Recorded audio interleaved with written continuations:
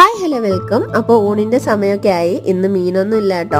അതുകൊണ്ട് കുറച്ച് കൂഴുവറ്റൽ, ഇതാണ് കൂഴുവറ്റൽ, പിന്നെ മുളക് പപ്പടം, ഇത് രണ്ടും ഒന്ന് വറുത്തെടുക്കാമെന്ന് വിചാരിച്ചു. അപ്പോൾ ഇത് തമിഴ്നാട്ടിലൊക്കെ ഫേമസ് ആയിട്ടുള്ള ഒരു ഐറ്റമാണ് കേട്ടോ. ഇത് ഊണിൻ്റെ കൂടെയൊക്കെ നമുക്ക് കഴിക്കാം, തൈരൊക്കെ ഒഴിച്ചിട്ട് ഇതൊക്കെ വെച്ച് കഴിക്കാം.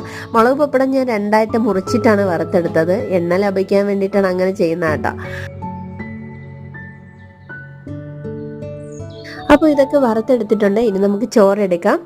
ചോറിന് നല്ല രസം വെച്ചിട്ടുണ്ട്, തക്കാളി രസം, കുരുമുളകൊക്കെ ഇട്ടതാണ് കേട്ടോ.